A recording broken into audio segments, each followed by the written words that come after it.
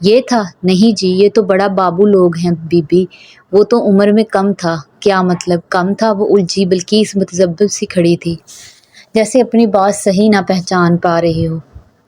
اچھا یہ تو نہیں تھا۔ اس نے ساتھ لگی وسیم کی تصویر کی طرف اشارہ کیا۔ بلقیس پہلے نہ جی میں سر ہلانے لگی، پھر ہک دم رک گئی اور چہرہ جھکا کر غور سے تصویر کو دیکھا۔ کافی دیر وہ تصویر کو بغور دیکھی گئی۔ ہاں یہ والا تھا، یہی تھا تو کیا وسیم؟ وہ ابھی حیران بھی نہ ہو پائی تھی کہ بلقیس نے معیز کی شکل پہ انگلی رکھی جو تصویر میں وسیم کے ساتھ کھڑا تھا۔ یہ سدرا کی منگنی کی تصویر تھی۔ معیز وہ معیز تھا؟ معیز آیا تھا؟ وہ ششد رہ گئی تھی۔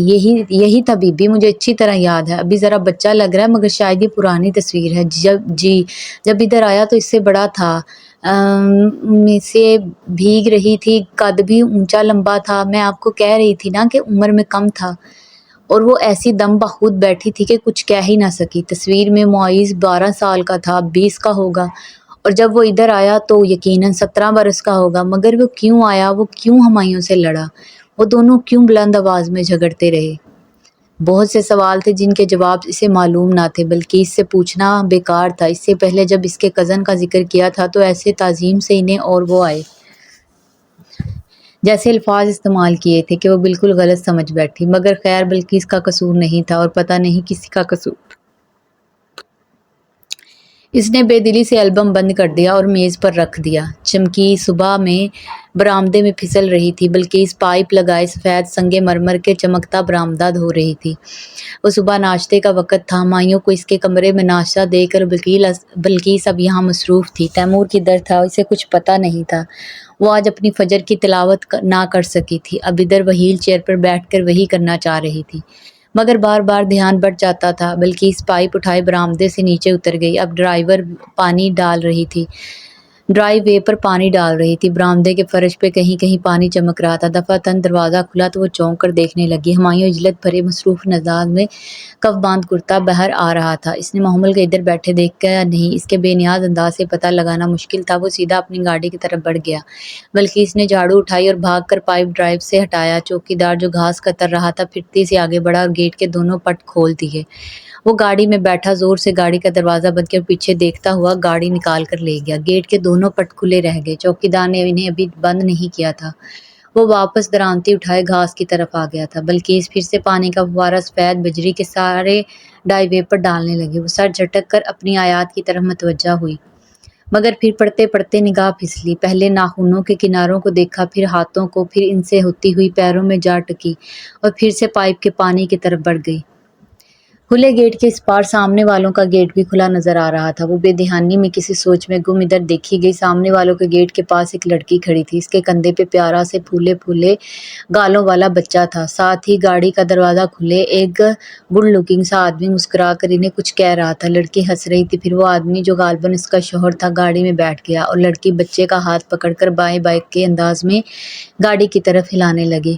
بچہ کلکاریاں مار رہا تھا۔ آدمی نے مسکرا کر ہاتھ ہلایا اور گاڑی سٹارٹ کرنے لگا۔ ایک مکمل خوبصورت فیملی۔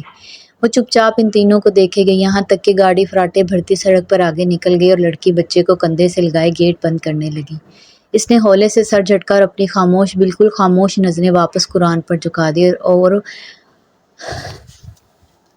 اور پڑھا آگے کیا لکھا ہوا تھا۔ اس کی طرف مت دیکھا کرو جو ہم نے دوسرے جوڑوں کو عطا کیا ہے۔